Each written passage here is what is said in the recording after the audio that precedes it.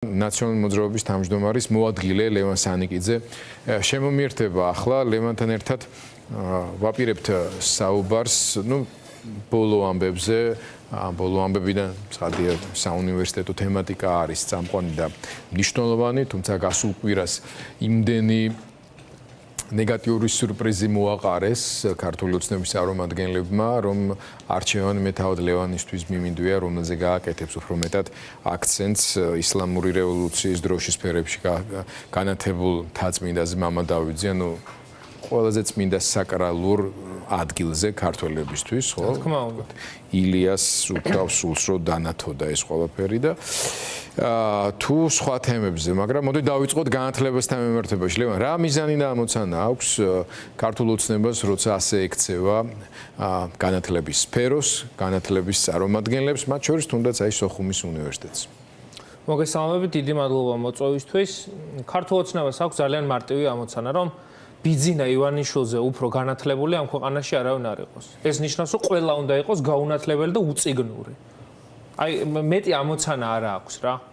ასევე ამ ხალხს აქვს ბოღმა, მე რასაც უყურებ, როგორც ყოფილი თესეუელი და მოქმედი ილიაუნელი, გძნობ რომ ამ ხალხს აქვს ბოღმა, რომ თავის დროზე თვითონ არ იყვნენ ამ უნივერსიტეტის სტუდენტები და ნაწილი. არასრულფასოვნების კომპლექსით საწუხებს ბევრს. ამის თქმას ბევრიერიდება და რა არის მოსარიდებელი. მარტივი შეკითხვა დავსვათ, აი მივმართავ ჩვენ საზოგადოებას.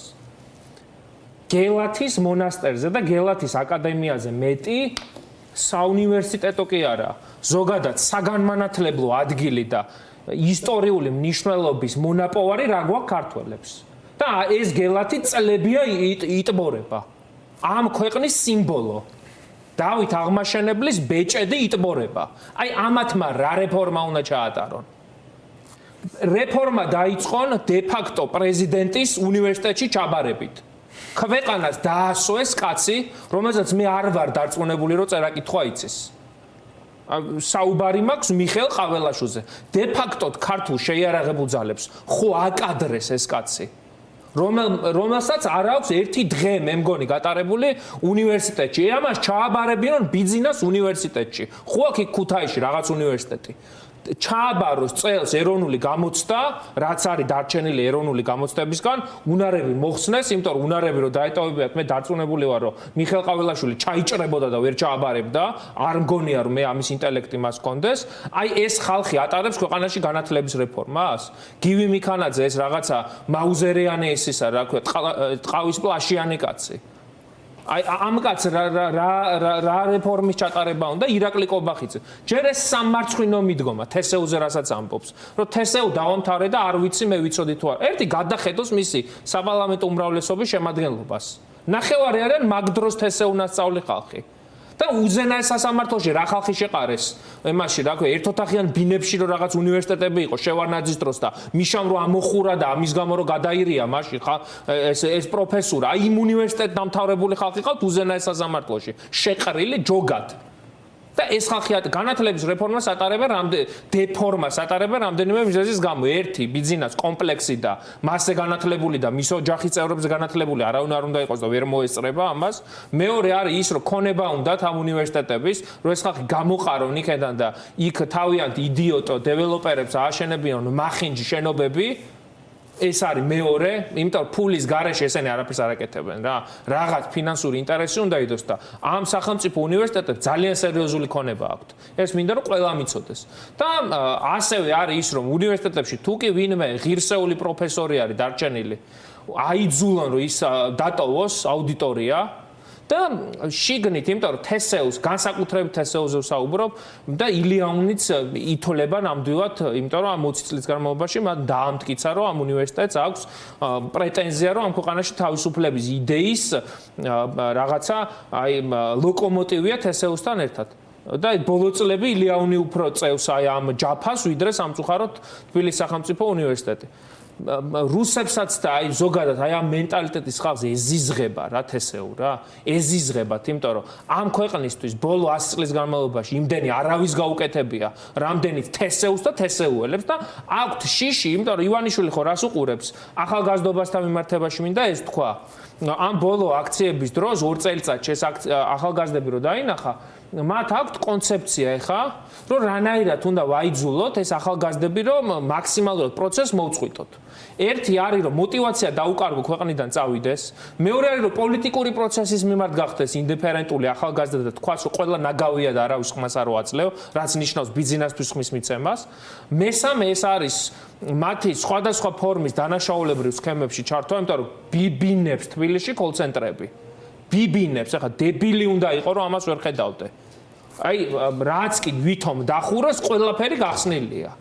კოლ-ცენტრები ბიბინებს და იქ სამწუხაროდ ძალიან ბევრი ახალგაზრდაა დასაქმებული და ეს სერიოზული პრობლემა იქნება სამომავლოდ და მესამე არის ამ რაღაცა სტაჟირების პროგრამებით შინაგან საქმეთა სამინისტროში იქეთ აი ეს გზააბნეული ახალგაზრდების რაღაცნაირად მიკვრა რომ აი მათაც აჩვენონ რომ ახალგაზრდები მარტო ჩვენ წინააღმდეგ კი არ არიან აგერ ქოცი ახალგაზრდაც არსებობს ენდემური სახეობა ჯერ ახალგაზრდა როგორ უნდა გაგიტყდეს რა რომ ბიზნეს მომხრე იყო აი რაღაც გონებაში ხომ უნდა ლაგდებოდეს ახალგაზრდა კაცი იყო და იმისი რა ქვია რავი ირაკლი კობახიძის მომხრე იყო ეს ჩემთვის ოქსიმორონია არაფერში არ ჯდება კაცი რომელიც თან იქვე იძახის რომ ეს თესევ ნაგავია ამას იძახის აი ამას როგორ აი და ეს ასწავლის იქ თესევს ტრაგედია ეს არის რომ ეს კაცი ასწავლის იქ ეს ქმნის იქ ამინს ტექნიკურ უნივერსიტეტზე რა ხდებოდა კი იქ იყო ერთეული რაღაცა ღირსეული პროფესორის მაგრამ უმრავლესობა როგორ იყო ბიზნეს რო წერილი დაუწერეს თქვენ სტუდენტებს თავები დაუხეთქეს და რა არ უქნეს მოწამლეს და ყველაფერი აკადრეს ხალხი წაიყვანეს და სექსუალურად შეავიწროეს პოლიციის განყოფილებაში და მაშინ ხმა არ ამოგიღიათ და თქვენ სამსახურს რომ მოადგნენ აი ტექნიკური უნივერსიტეტის იმ წერილის ხელმომწერებს ვინც აი ბიზნეს რომ მიმართეს თქვენ სამსახურს რომ მოადგნენ აი ქვეყანა დაიქცა გელათი რომელიც არის ამ ქვეყანაში განათლების სიმბოლო გელათის ტაძარი როცა იტბორება იქ უკვე დამთავრებულია ლაპარაკი ვინ რისი გამკეთებელი ლევან ვახსენეთ გასული კვირის მოვლენები და ერთ-ერთი მოულოდნელობა მათ შორის ქართული ოცნების პირობებშიც კი იყო ისლამური რევოლუციის წლის დავის აღნიშვნა და ამასთან დაერთო ეგრეთ წოდებული მოსაწვევების სკანდალი რომელიც მოსაწვევის სკანდალზე გაცილებით უფრო მეტია განსაკუთრებით იმის შემდეგ როცა ამას რეაქცია არ მოყოლია მას შემდეგაც რაც ეს გასაჯაროვდა, ანუ ქართულმა სახელმწიფომ პოზიცია არ გამოხატა ამასთან დაკავშირებით. სულ საინტერესო იყო, როდესაც თბილისის მერიამ თითქოს თავი იმართლა იმ ხრივ, რომ კაცო ჩვენ მოვმართავ ირანის საელჩომო და მომართვის საფუძველზე გავანათეთ ეს ანძა, ხო? თითქოს ეს ჩვეულებრივი ასე ვთქვათ კალენდარული თარიღი არის და არ ვიცი, ჩრდილოეთ კორეის საქართველოში ყავს თავის საელჩო ან რა. არ ყავს. ანუ რომ მიმართოს მსგავსმა ორგანიზაციამ, რუსეთის საელჩოს ასე ვთქვათ ინტერესების დამცველმა რგოლმა რომ მიმართოს, ხო, რომელიც ახლა შვეიცარიის საელჩოშია, ასე ავტომატურად ანათებენ ამ ანძებს. კი, ანათებენ, გადაღებავენ კაცო საერთოდ. ხო, ანუ ამის შემთხვევითობასთანაც არ გვაქვს საქმე და შემთხვევითობა არ იყო მათ შორის იქ სახელმწიფო დაცვის სამსახურის უფროსის, ანუ ივანიშვილთან ერთ-ერთი ყველაზე დაახლოებული და შემორჩენილი ძველი გვარდიის წარმომადგენლის ადგილზე ყოფნა. აი ამ მოვლენას, ამ პროცესს როგორ უყურებ თავად შენ და რა შეგვიძლია ვთქვა ჩვენი ისტორიული მეხსიერებისა და ტკივილისადმი უპატივცემულობის იმ განცდაზე, რომელიც წესით ყველა ქართველს უნდა დაუფლებოდა. ნახეთ მე ესე დავიწყებდი აქ საუბარს რა, რომ ქართული ოცნების მხარეს რა ხდება, ეს არის გასაგები. მაგრამ ჩვენ მხარეს, ვისაც ქართული სახელმწიფოსგან გვინდა რომ ვიხილოთ ფეხზე დგომა და სიამაყის გრძნობა კიდევ გაგვიასკეცდეს. აი აქეთ ამ მხარეს ვხედავ, აი ცოტა ისეთ დამოკიდებულებას რა ზერელეს ამ საკითხთან მიმართებაში და აუხსნი რატო. მე ყოველგვარი მოკიბის გარეშე ვიტყვი რომ მე ვარ ქართველი ნაციონალისტი. მე ვარ ქართველი ნაციონალისტი. მიმდევარი დავით აღმაშენებლის იდეის, რაც გულისხმობს სამოქალაქო ნაციონალიზმს, სადაც ქართველობა და ამ ქვეყნის შვილობა გვარი კი არ არის, თვითშეგნებაა. იმიტომ რომ ესენი ეთნიკურად ქართველები არიან. მაგრამ დავით აღმაშენებლის სამოქალაქო ნაციონალიზმი დგას სამ პოსტულატზე. ერთი არის ის, რომ საქართველო არის ჩვენი სამშობლო და ქოცებისთვისაც ესეა, ვერ დავდებ ბრალს. ისინიც სვამენ საქართველოს ადღეგრძელოს. მეორე არის რომ საქართველო არის ჩვენი ქვეყანა, კი ბატონო, შეიძლება ქოცურ მხარესაც ესე იყოს, მაგრამ მესამე თავარი რაც არის, ამას თელავე, რომ საქართველოს არის ქართული სახელმწიფო. სახელმწიფოებრიობის იდეა არის, რაც ამათ ეზიზღებათ. აი ეს არის რა, რომ სამშობლო ქვეყანა, მაგრამ სახელმწიფო არა. ქვეყანა შეიძლება ამ სოფლიოში არსებობენ დიდიერები, მაგალითად ქურთები. 50 მილიონი არიან, მაგრამ არა აქვს სახელმწიფო. სახელმწიფოს როცა ერი ქმნის, ის არის სრულფასოვანი ერი. და ჩვენ აი ამას გვითელავენ. მელაპარაკებიან აქ ქრისტიანობაზე და კიდევ ერთხელ გავიმეორებ, ანგრევენ გელათს, რა დღეშია ჯვრის მონასტერი. მელაპარაკებიან ქართველობაზე და არც გვეუბნებიან რა სახის დასახლებას აშენებენ წანიშში და გონიოში. წაალეკინეს საქართველოს რუსებს და ეხლა ის გვაკადრეს, რომ თან ამას პრინციპული მნიშვნელობა აქვს. ისედაც ირანის სენსიტიური საკითხია საქართველოსთვის, მე ესე უყურებ. განსაკუთრებით დღეს, როცა 10,000-ობით მოქალაქე დახვრიტა რამდენიმე დღის წინ იმ რეჟიმმა და მათ უნათებ დროშის ფერებად თბილისის თავზე, მამა დავითის თავზე, ამ იმას რა ქვია, ანძას. აი რა ამაში მოსარიდებელი რა არის თუნდაც ოპოზიციის მხრიდან ამის თქმა. ხმა მაგა რომ ეს არის მიუღებელი, დაუშვებელი და გათელვა, რომ თურმე ქართველები ტურისტული მიზნით წაიყვანა შაჰ-აბასმა. მაშინ აი ეგრე გამოყავთ ხო, რომ იქ კაცო ჩავიდნენ და ნახეს და რაღაც წარმოუდგენელი განმარტებები. აი თუ კი ვინმეს ავნო რუსზე მეტად, აი იმ თარიღებში აქვს ამ ქვეყანას ნავნები და გადარჩა ეს ქვეყანა და მაინც დადგა ფეხზე და მაინც არსებობს. პატივისცემა ირანელ ხალხს, მაგრამ ის რეჟიმი, რომელიც ახლა დღეს მართავს, ის არის თავიდან ბოლომდე ანტიქართული რეჟიმი. მათ შორის აი ამ მიდგომებით. იმიტომ ქართველობა ბევრად მეტია ვაჟას რო გვასწავლიან და რო ვკითხულობთ, იმის მსოფლმხედველობაც გააზრებული უნდა კონდეს. ეს მტრული სახელმწიფოა ჩვენს მიმართ, აბა რა არის? ამ რეჟიმის პირობებში. ამ რეჟიმის პირობებში, მithum ეს არის იმ ღირებულებებისადმი, რაზეც კონსენსუსი არსებობს, უნდა არსებობდეს. რა თქმა უნდა და არის ჩვენი დამაქცევა. არსებობს თუ არა ეს კონსენსუსი და აქ მინდა შევეხოთ უკვე გადაწყვეტილებებს, რომელიც მიიღება ახლა ივანიშვილის პარლამენტში, სადაც ერთმანეთის მიყოლებით კენჭს უყრიან ახალცვლილებებს, რომელიც ანუ ფაქტობრივად არა მარტო სიტყვის გამოხატვის თავისუფლებას ზღუდავს, არამედ აზროვნების თავისუფლებასაც კი ისეთ სფეროებში, რომელიც პირდაპირ პოლიტიკურ აქტიურობას არ მიეკუთვნება, მაგალითად ბიზნესს ეუბნებიან, რომ შენ თუ რაიმე თემაზე გააკეთებ, შენი სუბიექტი პოზიციას გამოხატავს, მაგალითადთვის არც ვიცით, იმიტომ რომ ეკითხები ვერ აკონკრეტებენ აი იმ ზოგად ფორმულირებებში რა შეიძლება ჩაიდოს. აი მაგალითად, რომელიმე ბიზნესმა რო გადაწყვიტოს, რომ წინააღმდეგობის მოძრაობის აქცია, რომელიც აპროტესტებს ისლამური რევოლუციის ასე ვთქვათ, წლისთავის აღნიშვნას და ათასობით დახოცილი ადამიანის სული შეურაცხყოფას და საქართველოს ისტორიისა და ჩვენი ისტორიული მეხსიერების შერყვნას და რაღაც აქცია და რომელიმე ბიზნეს ორგანიზაციამ გადაწყვიტა, რომ ცხელი სასმელებით ჩაიტყავით, რაღაცით შეეწიოს, გაწიოს გარკვეული ქველმოქმედება. ისე იშვიათად არის. ეს პოლიტიკური პოზიციის გამოხატვა ითვლება თუ არ ითვლება? ჩათვლიან რა თქმა უნდა. თუ ჩათვლიან, ეს ნიშნავს, რომ ისინი სისხლისამართლებრივ დევნას შემდეგ ლიკვიდაციას ექვემდებარებიან, ხო? აი ამ ყველაფრის გათვალისწინებით რა პერსპექტივა რჩება ქვეყანაში პოლიტიკური პროცესისთვის და რა ეტაპზეა ზოგადად ეს პოლიტიკური პროცესი და მინდა რამდენიმე სიტყვა ვთქვათ აი ამ კონსულტაციების პროცესზეც, რომელიც მიმდინარეობს და ჯერ არ დასრულებულა. დავიწყოთ პირველი ნაწილი. დავიწყოთ იმით, რომ ივანიშვილის ხელისუფლებას აქვს პანიკური შიში და პრობლემა არ აღიარების.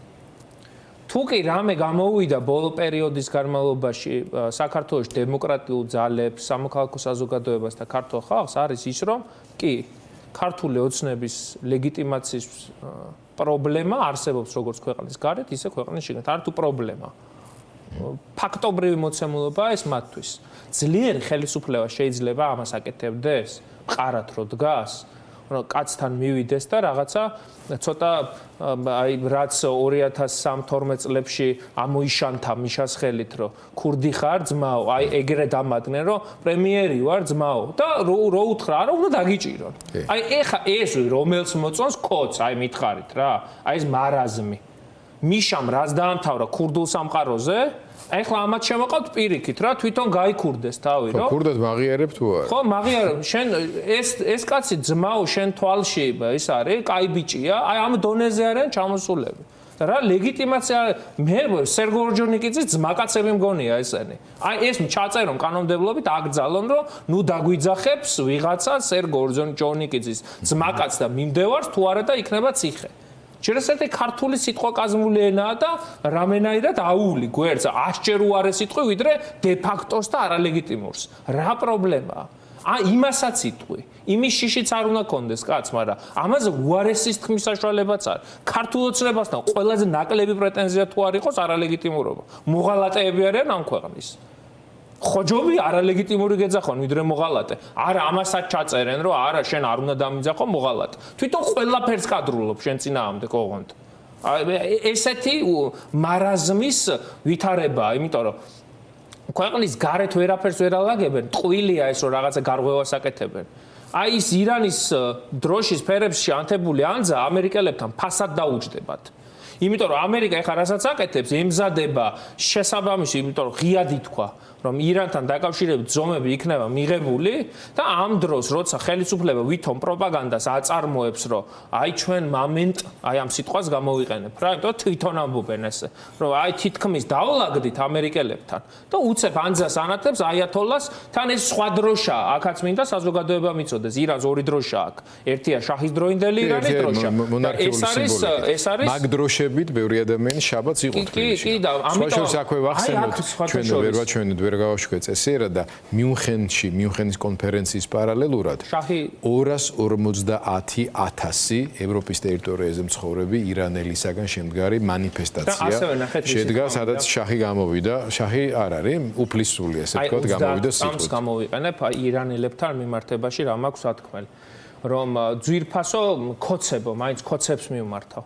თქვენ ყავთ დე-ფაქტო ხელისუფლება, რომელიც ზეიმობს შაჰ-აბასის მიერ ქართველების ამოწყვეტას და გასახლებას, რომელიც მამა დავითის თავზე ანთებს იმ სახელმწიფოს დროშას, იმ რეჟიმის დროშას, ხაზგასმით, რომელმაც სულ რამდენიმე დღის წინ ათობით ათასი ადამიანი განსაკუთრებით ახალგაზრდების უდიდესი რაოდენობა დახვრიტა და ხედავთ მათ წარმომადგენლებს, რომლებიც ირანის საელჩოში არიან წახრილები, ისე არიან მისულები, როგორც ყმები ირანელების, მაგრამ აი ჩვენს აქციაზე თავისუფალი ირანელები რო იყვნენ მოსულები, რომლებმაც იციან ამ ქვეყნის ფასი, ისინი ყვიროდნენ გაუმარჯოს საქართველოს. აი ეს არის სხვაობა წელში გატეხილ საქართველოსა და ქოცურ საქართველოს შორის.